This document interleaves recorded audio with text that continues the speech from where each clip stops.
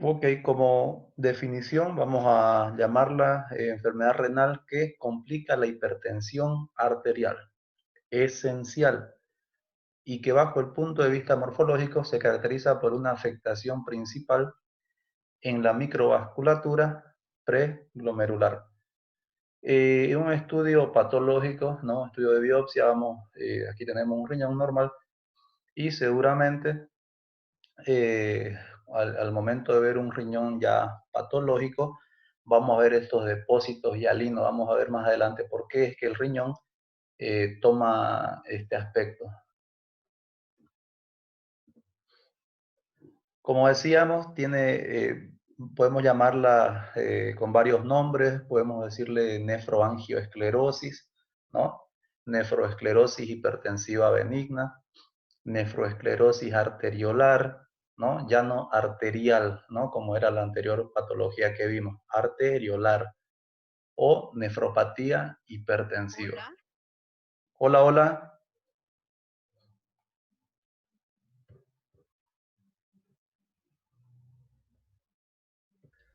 Bueno, entonces, en esta diapo lo que estábamos viendo es los diferentes nombres con cuál podemos llamar a esta patología, ¿no? No necesariamente la vamos a buscar con nefroesclerosis y luego encontremos nefroangioesclerosis y pensemos que estamos hablando de una patología distinta, ¿no? Entonces, nefroesclerosis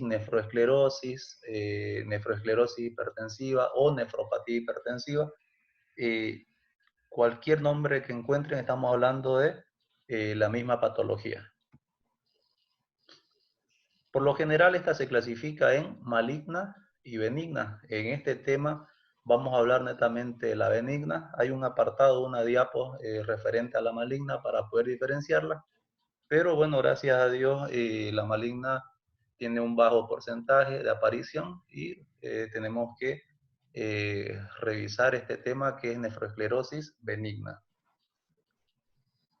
Si hablamos de la maligna, se caracteriza histológicamente por presencia de necrosis fibrinoide, ¿no? Este dato es muy importante en el momento de la biopsia, ¿no? Si mi resultado me reporta necrosis fibrinoide, directamente estamos hablando de una nefroesclerosis maligna, ¿ya? Necrosis fibrinoide.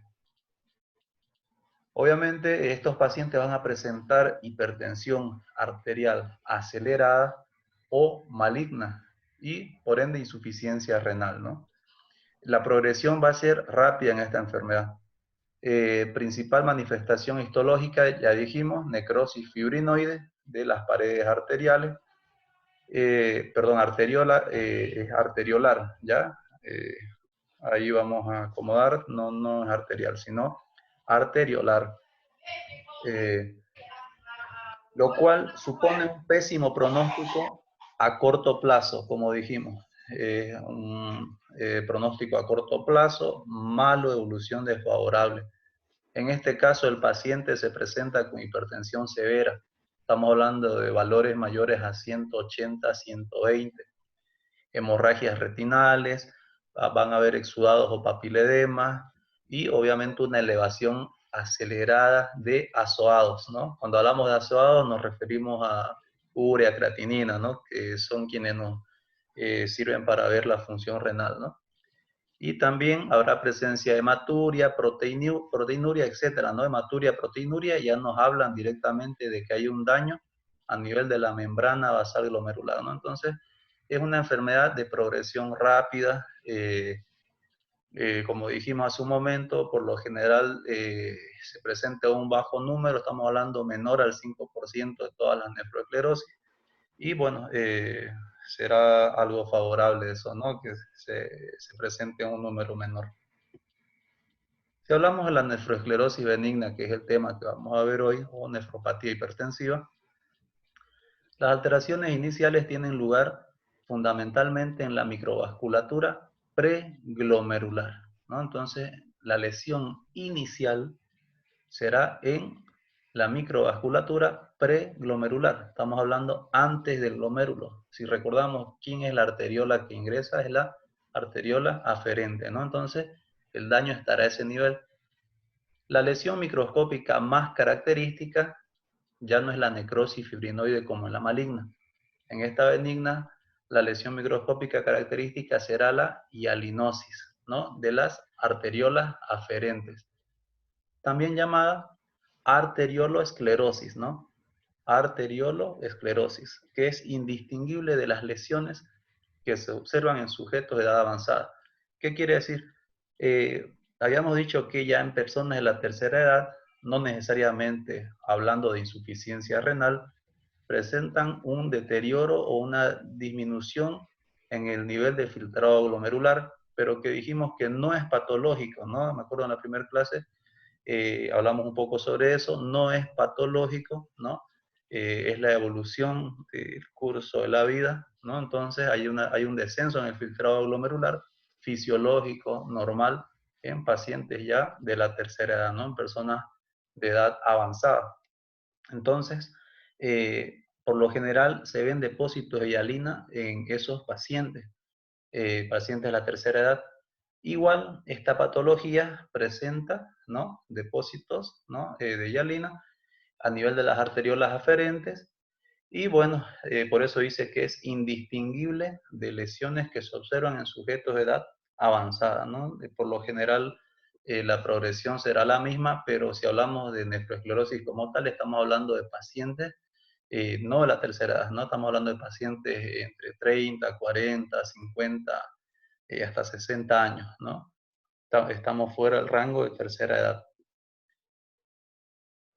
Por lo general, la hipertensión arterial, ¿no?, nos va a llevar a un daño arteriolar y capilar con hialinosis y posterior fibrosis. Esa hipertensión también nos va a producir, el problema no queda solamente a nivel arteriolar, ¿no?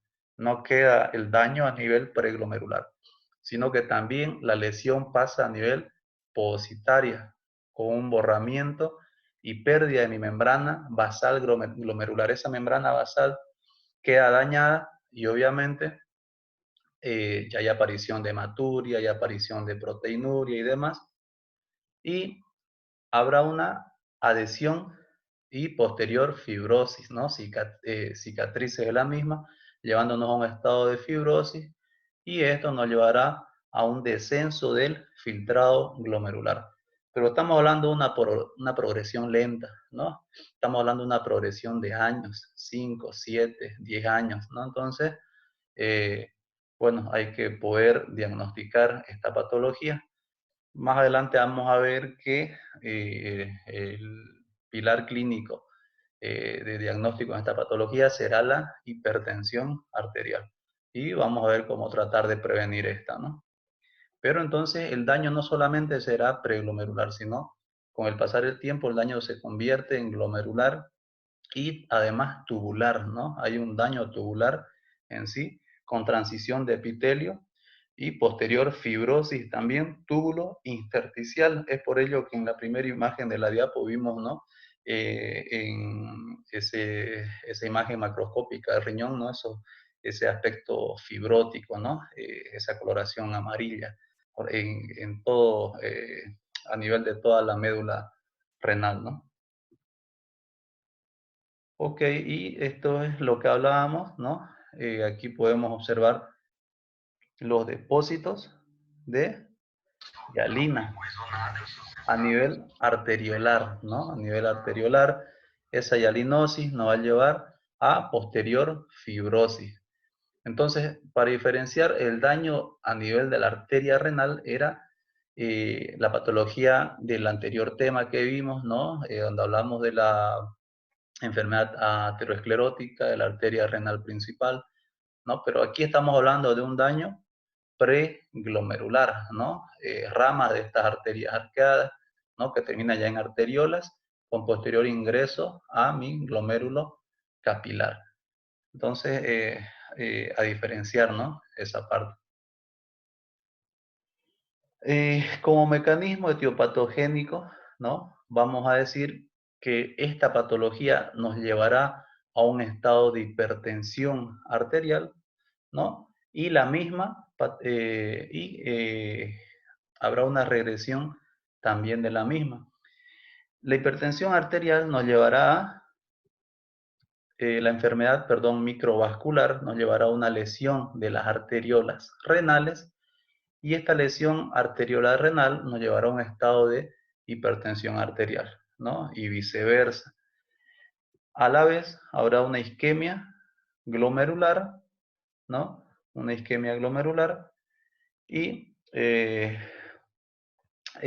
posterior a esto llegaremos a presentar hipertensión glomerular. Ya al haber una hipertensión no arterial sistémica, sino también intrarrenal a nivel glomerular, obviamente estamos hablando de un producto final como nefroesclerosis. Factores de riesgo, ¿no? Factores asociados a esta patología, obviamente dislipemia, tabaquismo, microalbuminuria, hiperuricemia, hiperinsulinismo, ¿no? Sensibilidad a la sal. Entonces, van a ser diferentes factores que van a contribuir a llegar a presentar un estado de nefroesclerosis y también nos llevará a un estado ateroesclerótico de estas arteriolas renales, ¿no? Tiene que llamar mucho la atención, ¿no? La presencia de estos factores, ya que, si se dan cuenta, podemos tratar al paciente, ¿no? En todos estos puntos, ¿no? Entonces, dislipemia, tabaquismo, estamos hablando de estilo de vida. Y repito siempre, ¿no? El tratamiento será cambio en el estilo de vida. Estilo de vida se resume a dieta y actividad física. Si hablamos de diagnóstico de esta nefropatía hipertensiva, por lo general suele hacerse por exclusión ante la ausencia de datos de otro tipo de nefropatía y obviamente con presencia de algunos hallazgos sugestivos, ¿no? Comparada con las nefropatías glomerulares o la nefropatía diabética, un tema pendiente que tenemos, la progresión de la insuficiencia renal es lenta, dijimos, ¿no? La progresión es lenta en esta patología. En la mayoría de los casos, la función renal puede permanecer estable durante largos periodos de tiempo. Estamos hablando de entre 5 a 10 años. La función, bueno, dijimos que puede permanecer estable.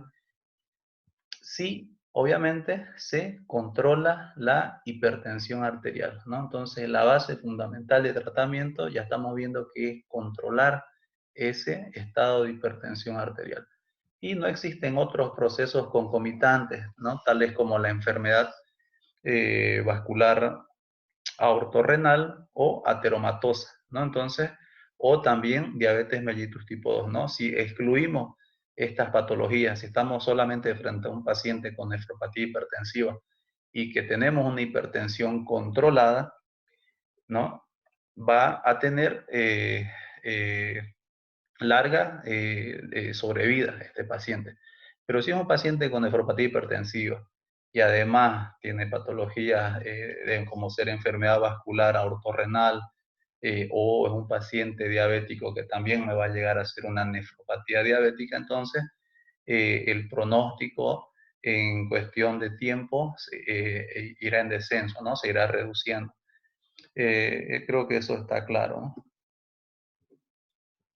Por lo general, estos pacientes refieren una larga historia de hipertensión arterial, un deterioro lento y progresivo de la función renal y una proteinuria leve a moderada. La proteinuria usualmente es menor de 1 gramo al día, entonces un punto importante, ¿no? El nivel de proteinuria que se encuentra en estos pacientes. La hiperuricemia es frecuente y refleja la reducción del flujo sanguíneo inducido por la enfermedad vascular. El examen de orina por lo general muestra poca celularidad y presencia de cilindros. En general, el diagnóstico de la nefroesclerosis hipertensiva es clínico, no requiere biopsia renal para su confirmación histológica. Hay que tener un índice alto de sospecha, en especial en los grupos considerados de riesgo. Estos grupos, por ejemplo, de riesgo, estamos hablando de pacientes de raza negra, pacientes con marcada elevación de la presión arterial, fumadores, ¿no? Pacientes de la tercera edad y ya pacientes con un grado de enfermedad renal crónica, ¿no? Entonces, en particular también entran pacientes diabéticos. Todos estos pacientes van a ser nuestros pacientes o nuestro grupo de riesgo como tal, ¿no? Los datos clínicos de sospecha para pensar en una nefropatía hipertensiva: historia familiar de hipertensión arterial, ¿no? Un antecedente familiar de que el papá, la mamá, el tío tiene el antecedente de la hipertensión arterial. Por lo general, si hablamos de género, se ve más en varones, pacientes mayores de 55 años, una historia de hipertensión arterial esencial de largo tiempo de evolución, ¿no? Con hipertrofia de ventrículo izquierdo y retinopatía grado 1 a 2. Estamos hablando ya de una hipertensión de larga data para que encontremos un ventrículo agrandado y tal grado de retinopatía, ¿no? Pero por lo general son datos de sospecha para hablar de una nefropatía ya hipertensiva. Que quede claro, el paciente ya es hipertenso, ¿no? Por eso hice una historia de hipertensión arterial esencial, o sea, no es secundaria a nada, es una hipertensión primaria de largo tiempo, con hipertrofia de ventrículo izquierdo y retinopatía grado 1 a 2. Otro dato clínico: daño vascular aterosclerótico a otros niveles, ¿no? Puede ser arteriopatía periférica, ya puede tener un antecedente isquémico cardíaco, puede tener un antecedente cerebrovascular, ¿no? Entonces, un daño vascular aterosclerótico a cualquier nivel. Asociación frecuente con enfermedad vascular aortorrenal aterosclerótica. Por lo general esto no se ve mucho, ¿no? Pero puede, un estudio de arteriografía podemos ver, ¿no? Problema aterosclerótico a nivel aortorrenal. Dijimos que el nivel de proteinuria por lo general es menor a 1 gramo en 24 horas, ¿no? Entonces una proteinuria menor de 1 a 1.5 gramos en 24 horas con ausencia de microhematuria. Pacientes dislipémicos, ¿no? E hiperuricémicos, riñones ligeramente disminuidos de tamaño, obviamente en la ecografía, y un factor de riesgo, paciente de raza negra. Entonces, no necesariamente tienen que estar todos estos puntos presentes, pero sí son datos clínicos de sospecha para llegar a una patología, al diagnóstico de nefropatía hipertensiva. El mayor punto será la historia familiar y la historia de hipertensión de larga data, ¿no? Que nos llame mucho la atención. Por lo general, para diferenciar, estamos hablando pacientes mayores de 55 años, ¿no? Me obligarán a pensar en otra patología. Historia reciente de hipertensión arterial, ¿no? Será muy raro que ese paciente recién hace 1 mes, 3 meses, medio año, tenga el problema de la hipertensión. Dijimos que por lo general son de larga data. Insuficiencia renal de evolución rápida, ¿no? Entonces, esta insuficiencia renal de evolución rápida no la vamos a ver en la nefropatía hipertensiva benigna. Proteinuria mayor de 1.5 gramos. También dijimos que en la nefropatía hipertensiva vamos a encontrar una proteinuria menor de 1.5 gramos. Asimetría renal, ¿no? Muy difícil. Tiene que ser una disminución de la masa renal bilateral. Y ausencia de lesiones o enfermedades cardiovasculares asociadas. Entonces son puntos que ayudarán como descarte, ¿no? Ante esta patología. No, pero oye.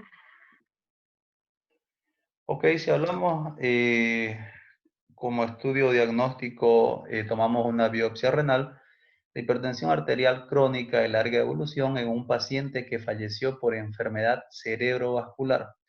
En el tejido renal podemos ver múltiples áreas de fibrosis, leve infiltrado inflamatorio mononuclear disperso, glomerulosclerosis global, podemos ver con las flechas azules, ¿no? Que están pintadas, y fibrosis intimal a nivel de arterias, ¿no?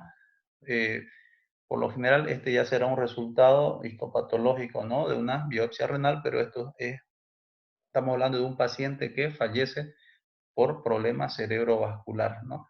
Ya dijimos, si hay un problema isquémico cerebrovascular, un problema isquémico cardíaco, seguramente que también vamos a encontrar ya el problema isquémico a nivel renal.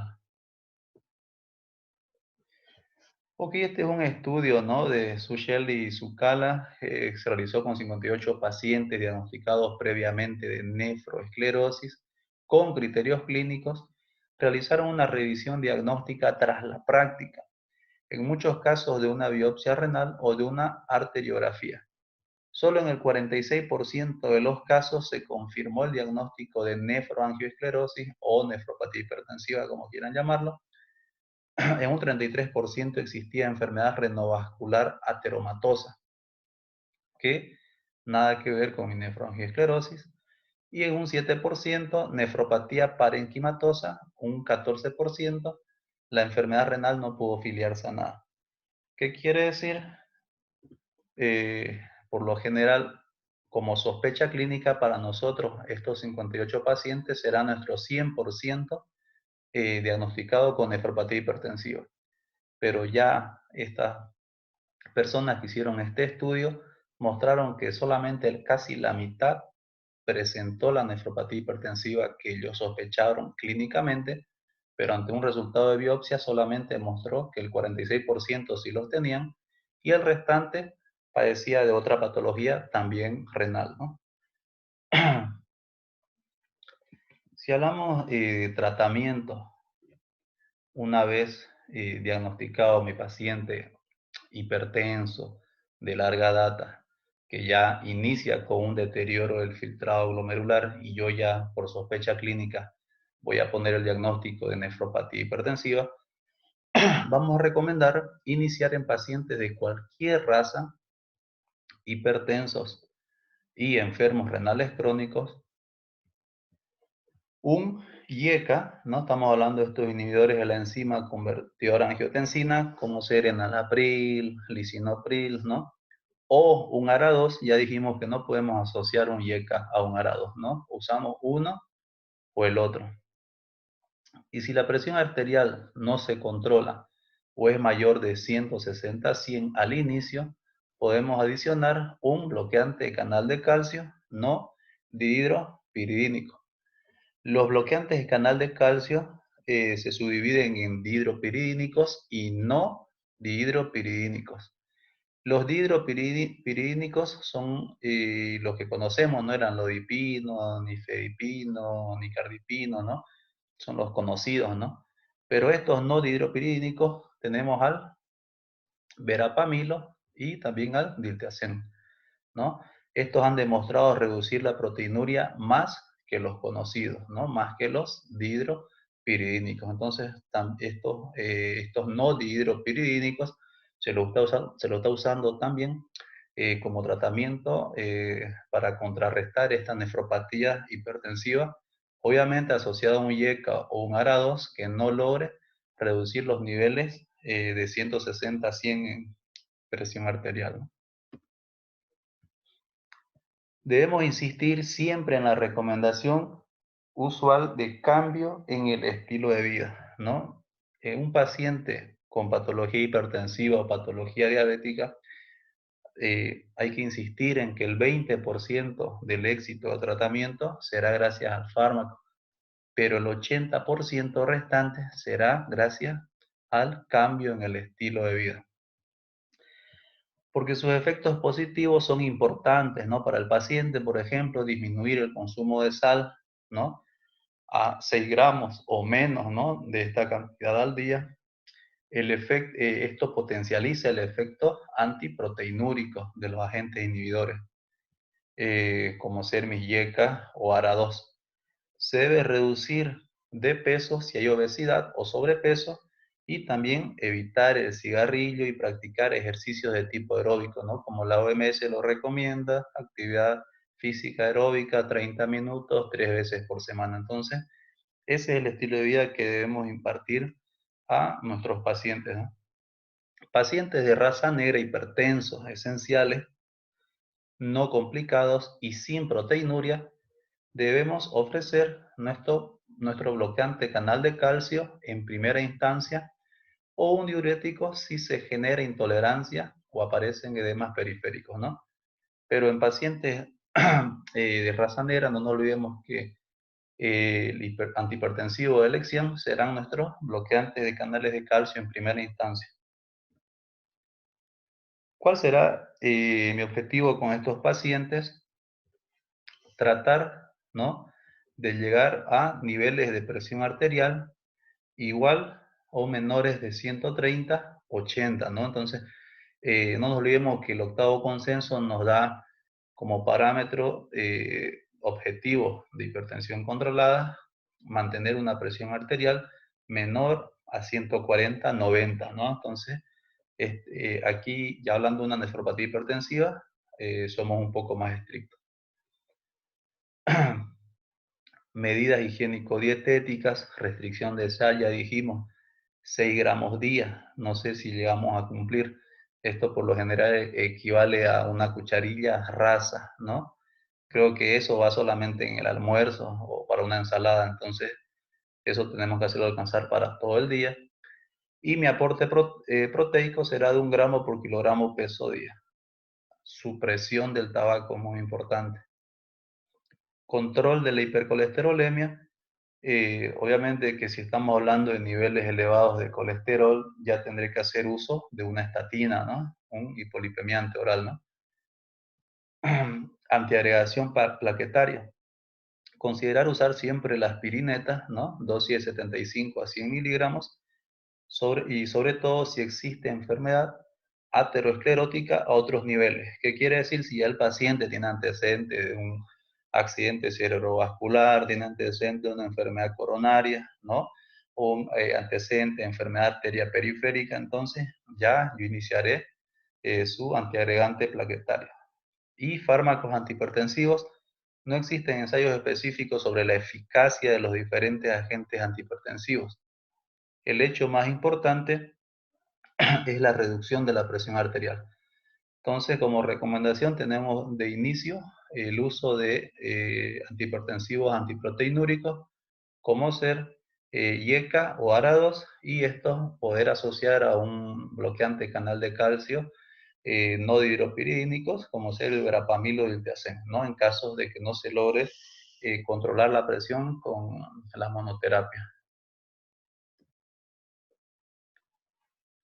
Ok, en los pacientes de raza negra, el consenso de noviembre del 2010 de la Sociedad Internacional de Hipertensión, ¿no?, en negro, concluyó que una meta razonable para aquellos individuos de hipertensión arterial no complicada era un valor de presión arterial menor a 135/85. Menos de 130/80 se recomienda para personas de alto riesgo, como aquellos con enfermedad cardiovascular, arteriosclerótica, diabéticos o proteinúricos con enfermedad renal crónica, ¿no? Entonces son los valores por lo general de control que podemos manejar, ¿no?